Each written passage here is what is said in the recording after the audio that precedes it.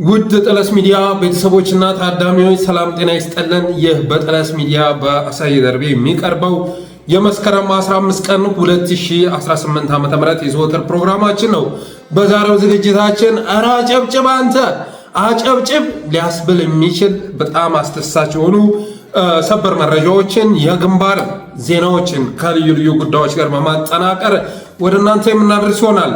ስለዚህ የጠለስ ሚዲያ ሜምበርና ሰብስክራይበር በመሆን ስቲከሮችን በማበርከት ብሎም ዝግጅታችንን ላይክ ሼር ያደረጋችሁ ለሌሎች በማጋራት እስከ ፕሮግራማችን ፍጻሜ ድረስ አብራችሁ ትቆዩ ዘንድ በአክብሮት እንጋብዛለን።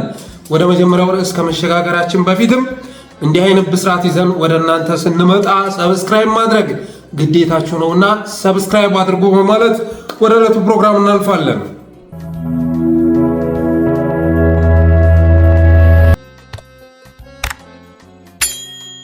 ዛሬ መስከረም 15 ቀን 2018 ዓ.ም ረፋድ አካባቢ ላይ ወደ አርበኞቻችን ደውዬ ነበርና የሚገርም ብስራት ሰምቻለሁ።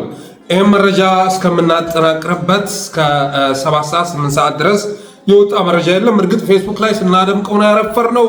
የሚገርም ጀብዱ ፈጽመዋል። ምኒልካውያኑ ቤተ አማራዎች የሚገርም ጀብዱ ፈጽመዋል። እናሱን በተመለከተ ያዘጋጀነውን ፕሮግራም ወደ እናንተ ምናደርስ ይሆናል።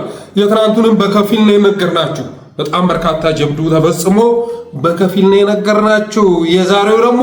የዛሬውን ስትሰሙ የትናንቱ ምን አላት ነው የምትሉት። አርበኞቻችንም ጋር ስንደውል የዛሬውን ስትሰማ የትናንቱ ድልማ ምን አለው ማለት አይቀርም ማለት ነው እየነገሩኝ። ስለዚህ እሱን የምናቀርብላችሁ ይሆናል። እስከ ፕሮግራማችን ፍጻሜ ድረስ አብራችሁ ቆዩ። ሰብስክራይብ አድርጉ።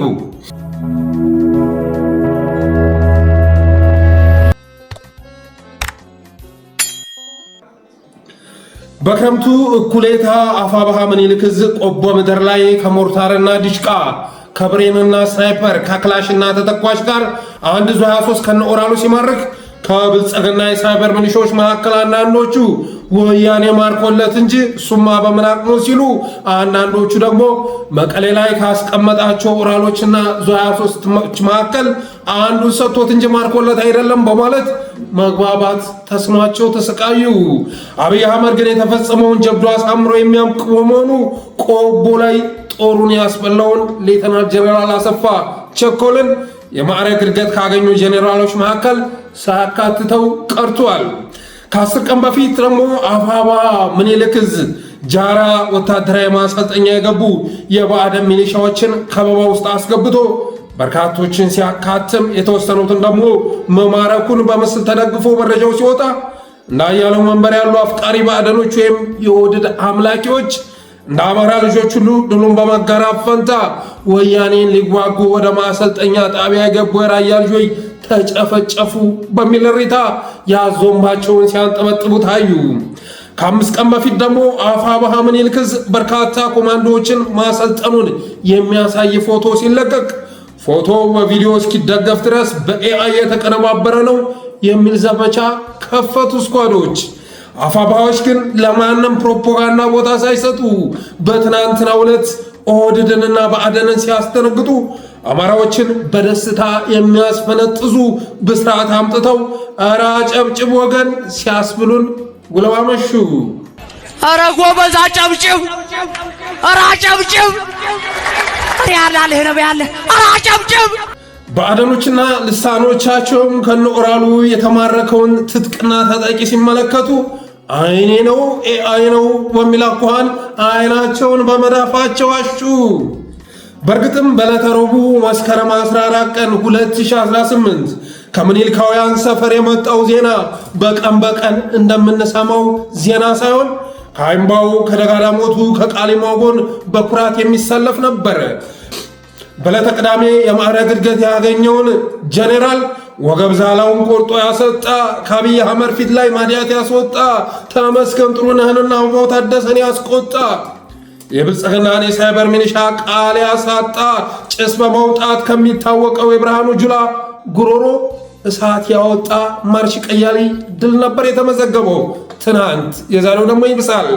ምድረ የዘይስ ልጅ መብረቅ መታጠቂያው አገጭ የሚያጣመም ምላጩን ሲስበው ተብሎ እንደተገጠመለት 3 ጊዜ ለክቶ 1 ጊዜ የሚቆርጠው አርበኛ ምሬ ወዳጆ በመስቀል ደመራ ዋዜማ ላይ የለኮሰው ዘመቻ የፋኖ ትግል መቼም ላይ ጠፋ መንቀልቀሉን ያበሰረ ነበረ።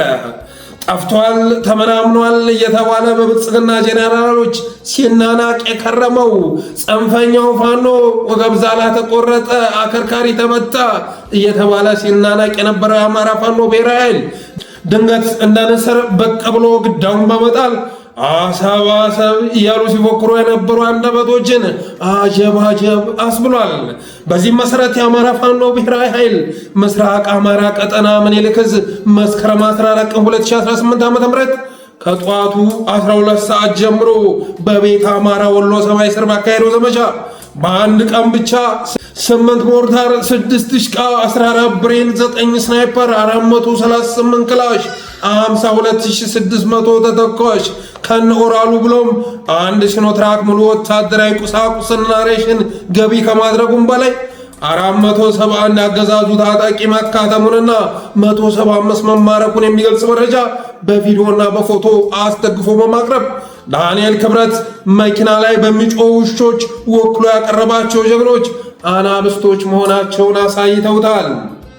በሁሉም ነገር ተሸንፈው ከሊጉ ተባረዋል ብሎ ዘንዘሪጦ ያንቋሸሻቸው ፋኖች ጧት ባወጁት ዘመቻ ከሰዓት አንድ ትምህርት ቤት ሙሉ ምርኮኛ በቪዲዮ ቀርጸው በማምጣት ተራራ ላይ ዘንበል ብሎ የቀረውን ሰውና የተማረከውን ቁጥር ብለውታል። ይህም የሰሜን ምስራቅ ዕዝን ሙሉ ለሙሉ የሰለቀጠ ዘመቻ ሌተናል ጀነራል አሰፋ ቸኮልን እንደበላው ታውቋል። ምክንያቱም ከወር በፊት ሰሜን ምስራቅ ዕዝ ላይ ምኒልካውያኑ በጣሉት ደፈጣ የማዕረግ እድገት ካገኙ የጦር ጄኔራሎች ውጭ ነው የከረመው ሌተናል ጀነራል አሰፋ ቸኮልን በትናንቱ ዘመቻ ቀሪውን ካስበላ በኋላ ሰሜን ምስራቅ ዕዝን ለሁለተኛ ጊዜ ሆን ብለህ ነው ያስጠመሰስከው ተብሎ ለጊዜው የቁም እስረኛ መሆኑ ስለተሰማ ጄኔራሉ በሕይወት አለ ማለት አይቻልም። በቀጣይም እርምጃ እንደሚወሰድበት ተሰምቷል። የሆነ ሆኖ ይህንን በድል የተሞላ ቀን አርበኛ አስረስ ማረ እነሆ በፋኖ ተጋድሎ ታሪክ ውስጥ አዲስ ታሪክ ተጻፈ። የወታደራዊ ሳይንስ ጠበብቶቹና የደፈጣ መሐንዲሶቹ የአፋብኃ ምኒልክ ዕዝ ወታደራዊ አመራሮች ያወጡትን ድንቅ ወታደራዊ ዕቅድ መሬት ላይ ተግብረውታል። በአንድ ቀን ኦፕሬሽን 8 ሞርታሮች ሲማረኩ ለመጀመሪያ ጊዜ መሆኑ ነው። ሞርታሮች ብቻ አይደሉም፣ 6 ድሽቃዎች፣ 1 ኦራል ሙሉ ተተኳሽ፣ በርካታ የቡድንና የነፍስ ወከፍ መሳሪያዎች ገቢ መደረጋቸው ተረጋግጧል። አገዛዙን ውጊያ ማዕከል በማድረግ የሰሜን ወሎ ቀጠናን ለመቆጣጠር ስምሪት የሰጣቸው 12ኛና 61ኛ ክፍለ ጦር እንዳይሆኑ ሆነዋል። በተለይ ነባሩ 12ኛ ክፍለ ጦር ከ70% በላይ የሚሆን ኃይሏን አጥታለች በማለት ነበር አርበኛ አስረስ ማረ ትናንት የገለጸው። ዛሬ ደግሞ ያተርፏል የተባለው ማለቁ ተሰምቷል። በሌላ በኩል ደግሞ በአፋብኃ መካከል ያለው ጉርለት ሞልቶ ከጄኔራል አሳምነው ጽጌ ከበላይ ዘለቀ አጼ ምኒልክ ጋር ቴዎድሮስ ዕዝን ቀላቅሎ አፋብኃ ሙሉ ያደረገው አርበኛ ዘመነ ካሴ እውነትም ዓለም ሲሰለጥን ወሎዬን ይመስላል። ቤተ አማራ መንፈሱም መሳሪያውም የሰለጠነ ሕዝብ አፋብኃ ምኒልክ ዕዝ ድፍን አማራ ኩርታችኋል፣ ዋርካው ወታደራዊ ሰላምታዬ ባለህበት ይድረስ በማለት ደስታውን ገልጾለታል። የሆነ ሆኖ በትናንቱ አጎናፍር በሚመስል የአፋብኃ ዘመቻ የተደናገጡ የሰሜን ወሎ ዞን አመራሮች ለደህንነታችን እንሰጋለን በሚል ምክንያት ወልዲያ ከተማን ለቀው ደሴ ማደራቸው ተሰምቷል። የትናንት ዕለት ማለትም መስከረም 14 2018 የሶሻል ሚዲያው ድባብ ተቀይሮ የትናንቱ የጎንዮሽ ብሽሽቅ ተረቱ ነው። እንደ ፌስቡክ እና ትዊተር፣ ቲክቶክ እና ቴሌግራም ያሉ የሶሻል ሚዲያ ፕላትፎርሞች አራ ጨብጭብ ወገን አራ ጨብጭብ በሚሉ ካፕሽኖችና በብርኮ ፎቶዎች ተጥለቅልቀው ውለዋል። ጥቃቱን ማስተባበል የተሳነው የብልጽግና የሳይበር ሚሊሻም የምርኮ ፎቶ የለጠፉ አካውንቶችን ሪፖርት እያደረገ ሲያስቀጣ ምሽቷል። ዛሬም እያስቀጣ ይገኛል።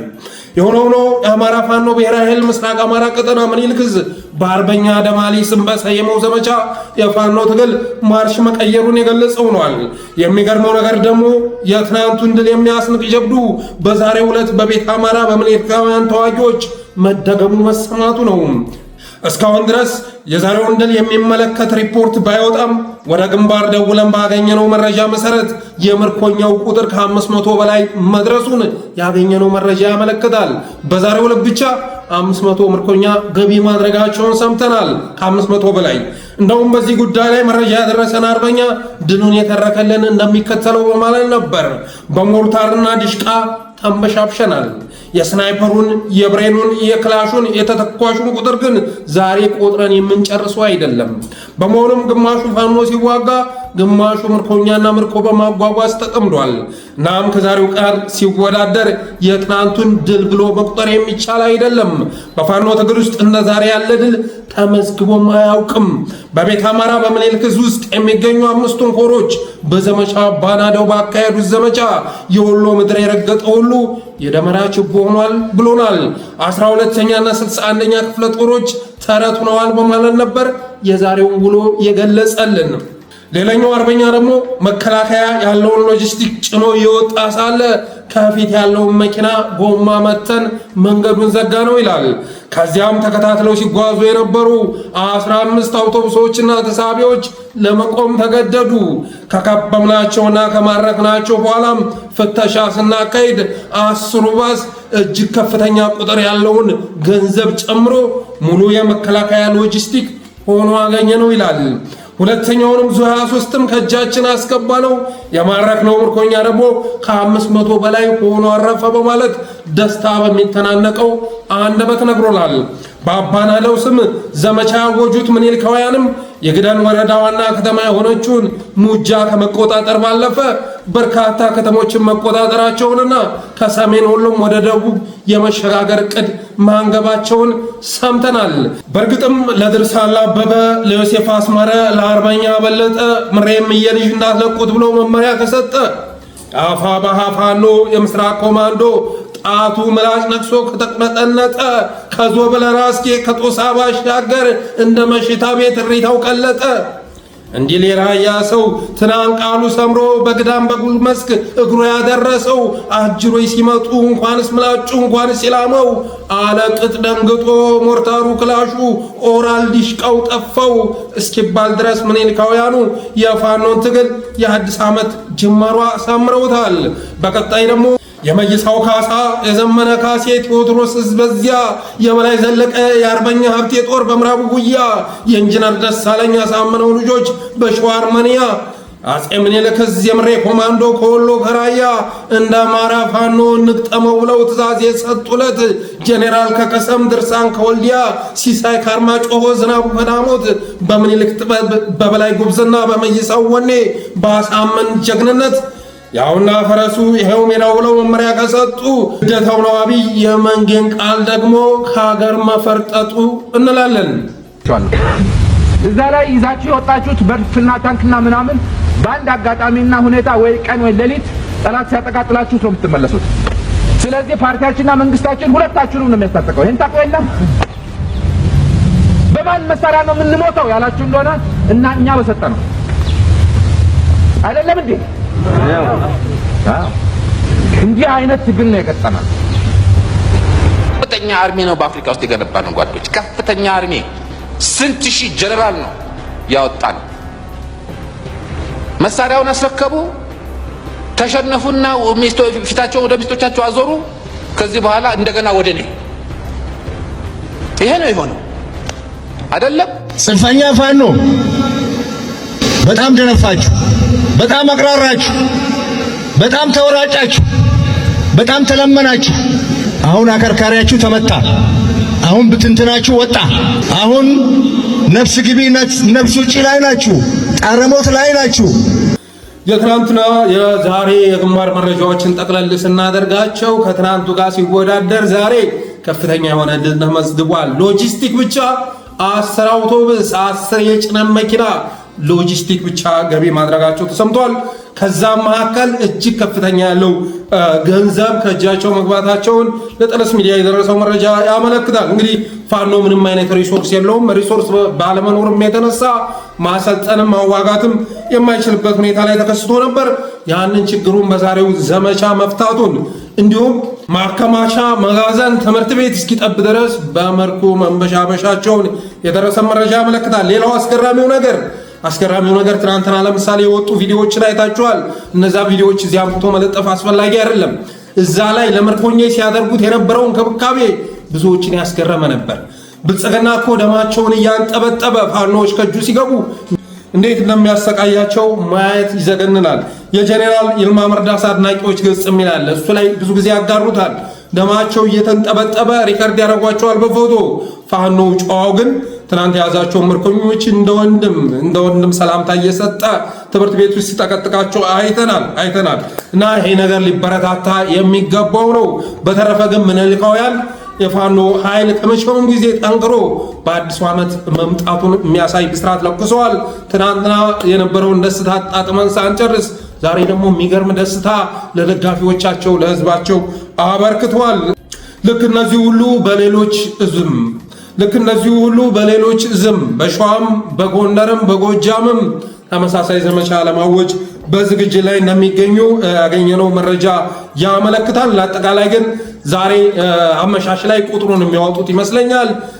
ቪዲዮና ፎቶዎችን ለመልቀቅ ኔትወርክ አልፈቀደላቸውም። እስካሁን ከአገልግሎት መስጫ ክልል ውጭ በመሆናቸው የተነሳ ቪዲዮዎችን ማድረስ ባይችሉም ግን በፋኖ ትግል ውስጥ የመጀመሪያ ደረጃ ላይ ሊቀመጥ የሚችል ድል በሎጂስቲኩም በተለያየም ዘርፍ ሲታይ ማለት ነው በዛሬው ዕለት ተመዝግቧል።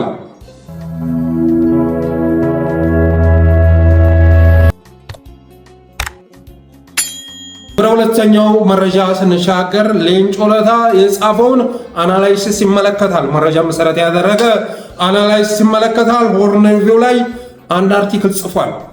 እንግዲህ ሌንጮ ለታ ማለት የኢትዮጵያ አምባሳደር ነበር በሳውዲ አረቢያ።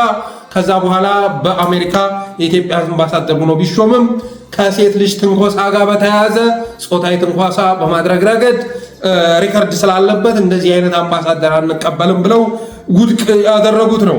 እና ይህ ሰውዬ ሰሞኑን አንድ መረጃ አጋርቷል። ትናንት ነው ያነበብኩት ሆርን ሪቪው ላይ ምንድነው የሚለው? ሌንጮ ለታ ከኤርትራ ጋር ያጣላን ፍጥጫውን ያካረረው የባህር በር ሳይሆን የወንበር ጉዳይ ነው በማለት እቅጩን ተናግሯል። የባህር በር ጉዳይ አይደለም ከኤርትራ ጋር እያቃቃረን እያፋጠጠን እያጋጨን ያለው የወንበር ጉዳይ ነው። ከኤርትራ ጋር ያጠማመደን ያፋጠጠን አሰብ ሳይሆን ጽምዶ ነው በማለት ተናግሯል። እንግዲህ ጽምዶን የብልጽግና ሰዎች ሲያናንቁት እንሰማለን። ሰውየው ግን የኦሮሞማው አገዛዝ ውስጥ የቅርብ ሰው መሆኑ የተነሳ ከአብይ አህመድ የሚያውቀውን መረጃ አምጥቶ በግልጽ ጽፎታል። ያጣላን አሰብ ሳይሆን ጽምዶ ነው። ጽምዶ በሚል አደረጃጀት ከትግራይና ከሌሎች ኃይሎች ጋር ጥምረት ፈጥሮ ሊያስወግደን ስለሆነ ነው ማለት ተናግሯል። የሰሜን ኃይሎች እየተሰባሰቡ መሆናቸው የፈጠረው ጭንቀት ነው ወደ ጦርነት ሊያስገባን የተነሳሳ ይላል። ሙሉ አርቲክሉን ብታነቡት ጥሩ ነው። እንደምታዩት ነው። ሆርን ሪቪው ላይ ነው የጻፈው። ትዊተር ውስጥ ገብታችሁ ልታገኙት ትችላላችሁ። ስለዚህ ከኤርትራ ጋር ልንዋጋ የምንችለው ሀገር ውስጥ ያሉ አማጽያንን መደገፉን ካልተወ ብቻ ነው በማለት የብልጽግናን ፕሮፓጋንዳ ሌንጮ ለታ ድባቅ መጥቶታል። ከኤርትራ ጋር ልንዋጋ የምንችለው ሀገር ውስጥ ያሉ አማጽያንን መደገፉን ከእነሱ ጋር አብሮ መስራቱን ካልተወ ብቻ ነው። እሱን ከተወ የአሰብ ጉዳይ አያሳስበንም በማለት የአብይን የብልጽግና ፕሮፓጋንዳ ሌንጮ ለታ ድባቅ መጥቶታል።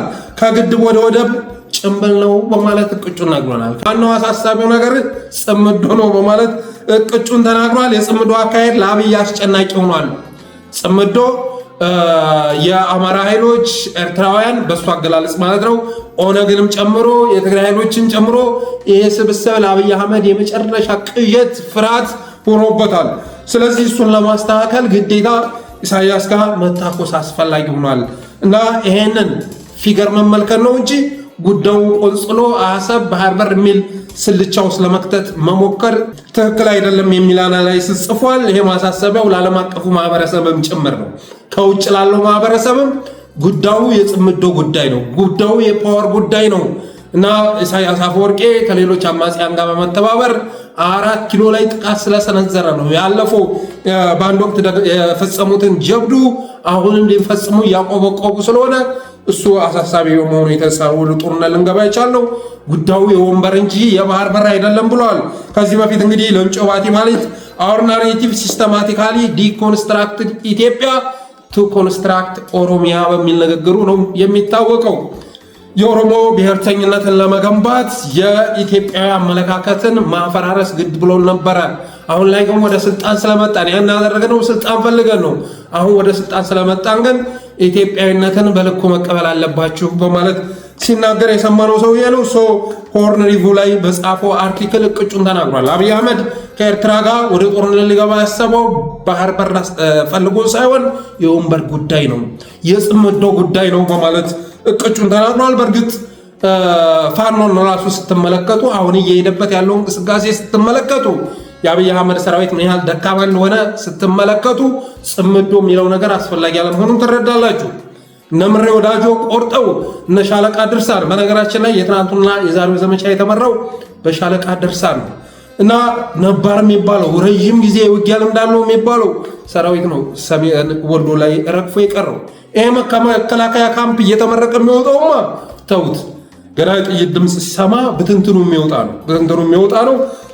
ይሄን ወታደር ተይዞ ስለ ባህር በርም ስለ ወንበርም ማሰብ የሚቻል አይደለም። ከውጭ ሀገር ጋር ይቅርና የፋኖም ከነራሱ መቋቋም አልቻለም። ያሙ ነው ግን የመከላከያ የጦር መሪዎች እንደምታዩት ጌትነት አዳነ፣ ሌሎችም ጄኔራሎች እየወጡ በሚገርም ብቃት ግዳጁን እየተወጣ ነው መከላከያችን የሚል ፕሮፓጋንዳቸውን አጠናክረው ቀጥለዋል። እንግዲህ በእነሱ እይታ ሲመዘን ግዳጅን በአግባቡ መወጣት ማለት እጅ መስጠት መሆን ከሆነ እሱን አናቅም። ግን መከላከያ ደግሞ በሌላ ጎን እየታየ ያለው በፋኖዎች ተማርኮ ሲንጋጋ ነው እያየን ያለ ነው። ጌትነት አዳነ፣ ዳንኪረኛው ኮሎኔል፣ እስክስተኛው ኮሎኔል እና ሌሎች ጄኔራሎች ግን ጥይት ድምፅ የማይሰማበት ቦታ ላይ ሆነው አሁንም ግዳጁን በሚገርም ብቃት እየተወጣ ነው ማለታቸውን አጠናክረው ቀጥለዋል።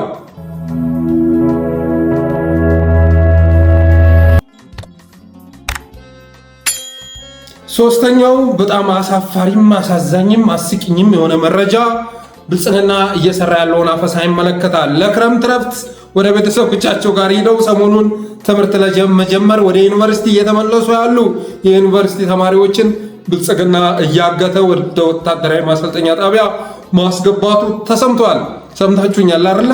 ለትምህርት ለረፍት ወደ ቤተሰብ ሄደው ከረፍት ወደ ትምህርት የሚመለሱ ተማሪዎችን ከአውቶቡስና ከተለያዩ ቦታዎች ላይ ብልጽግና እያፈነ ወደ ወታደራዊ ማሰልጠኛ ጣቢያዎች በማስገባቱ የተነሳ ቤተሰቦቻቸው እንደገና ዩኒቨርሲቲ ድረስ እየሄዱ መረጃው ስለወጣ ማለት ነው ወደ ዩኒቨርሲቲ ድረስ እየሄዱ የዩኒቨርሲቲ ተማሪ ናቸው የሚል ማስረጃ እያወጡና ወደ ካምፕ እየሄዱ ብር 50 ሺህ ብር 100 ሺህ ብር እየከፈሉ ልጆቻቸውን በማስለቀቅ ላይ ይገኛሉ። ከዚህ በላይ ታዲያ ምን አሳፋሪ መረጃ አለ? ይኸው እንደምታዩት ነው፣ በማስረጃ ጭምር የወጣ ነው። ዩኒቨርሲቲዎች የትብብር ደብዳቤ የጻፉበት ሁሉ ወጥቷል። እንግዲህ ብልጽግና ማለት ይሄ ነው። ከዩኒቨርሲቲ ወደ ቤተሰብ ሄደው ረፍት አሳልፈው ወደ ትምህርት በመመለስ ላይ ያሉ ወጣቶችን ከአውቶቡስ ላይ እያራገፈ ከመንገድ እየጠለፈ ወደ ወታደራዊ ማሰልጠኛ ጣቢያ የሚያስገባ እና ቤተሰብ የሚያንገላታ እጅግ የረከሰ የበከት አገዛዝ ነው ኢትዮጵያ ላይ ስልጣን የያዘው። በመሆኑም ቤተሰቦቻቸው በምታየው መልኩ ደብዳቤ እያጻፉ እሱን ይዘው ወደ ልጆቻቸው ወደ ታሰሩበት ወደ ገቡበት ካምፕ በመሄድ ልጆቻቸው እንዲለቀቁላቸው አቤቱታ እያቀረቡ ይገኛሉ። ያሙን አሁን የወጣው መረጃ ለምሳሌ ልጆቻቸውን ለማስለቀቅ ብር የሌላቸው ቤተሰቦች ናቸው ይህን መረጃ ወጡት። ብር መክፈል ስላልቻሉ የዩኒቨርሲቲ ተማሪ መሆኑ ቢታወቁም ሊለቁላቸው አልቻለም እና ብልጽግና መንግስት ብሎ ለመጥራት ማያስብ ጭንቅላት ያስፈልጋል የምላችሁ ስለዚህ ነው። ብልጽግናን በሁሉም መስክ ስትገመግሙት መንግስት ብላችሁ ለመቀበል መንግስት ብላችሁ ለመጥራት ማያስብ ጭንቅላት ያስፈልጋል። ጭንቅላታችሁ ካሰበ ግን ጎዘን ያገዛዝ መሆኑን ትረዳላችሁ። ጭንቅላታችሁ በአግባቡ የሚያሰላስል ከሆነ ይህንን አገዛዝ መንግስት ብላችሁ ለመጥራት ትቸገራላችሁ። ብልጽግናውን አገዛዝ ስርዓት ብሎ መጥራት ይከብዳችኋል። ስርዓት የለሽ ነው። ስርዓቱ ስርዓትን ማፍረስ ነው። ከሰሞኑን የኢትዮጵያ ኦርቶዶክስ ተዋሕዶ ቤተክርስቲያን ስዕለ ማርያምና ሌሎችንም ጭምር እየቀዳደዱ ነው የሚቀዱ ላይቭ እየገቡ በቪዲዮ እየተቀረጹ የሚቀዱ ኃይሎችን እያየን ነው፣ ልጆችን እያየን ነው። እነዛን የሚያስተማራቸው ማን ነው ካላችሁ ብልጽግና ነው፣ ሌላ ማንም አይደለም። መልሶ በቁጥጥር ስር አዋልኳቸው ቢላችሁ ምናምን አትስሙ። መጀመሪያ ዓላማው ምንድነው? እናንተ ውስጥ ያለውን እይታ ማጥፋት ነው፣ ስርዓትን ማፈራረስ ነው። ጥቃቱን ከፈጸመባችሁ በኋላ እስር ቤት አስገባዋቸው ይላቸዋል። ከዛ በጎን ፈቶ ይለቃቸዋል። እና ከሰሞኑ በኢትዮጵያ ኦርቶዶክስ ተዋሕዶ ቤተክርስቲያን ላይ እየተፈጸመ ያለውን ነገር ስትመለከቱ ደመራ አከባበርን በተመለከተ በዓሉን ለማደብዘዝ እንዴት ጠበር ግፍ እያሉ እንደሆነ ስትረዱ፣ በሌላ በኩል ደግሞ የኛ የሚሉትን ኢሬቻን ከመንግስት መስሪያ ቤት መዋጮ እየተሰበሰበ ከያንዳንዱ ድርጅት ድርጎ እየተሰፈረ እሱን ደግሞ ወደማቆ ለማክበር የሚሰራውን ስትመለከቱ ቦዘኔ ሀገር አፍራሽ የመጨረሻ ህሊና አልባ ስርዓት ኢትዮጵያ ላይ መንገሱን ትረዳላችሁ። እና የሆነ ሆኖ ግን የአገዛዝ ሌሎች ወጣቶችን ማሳደዱ አልበቃው ብሎ አሁን ለዩኒቨርሲቲ ትምህርታቸውን ሊከታተሉ ጉዞ የጀመሩ ተማሪዎችን አግቶ እየወሰደ እንደገና የማስለቀቂያ ገንዘብ እየተቀበለ መሆኑ ተሰምቷል።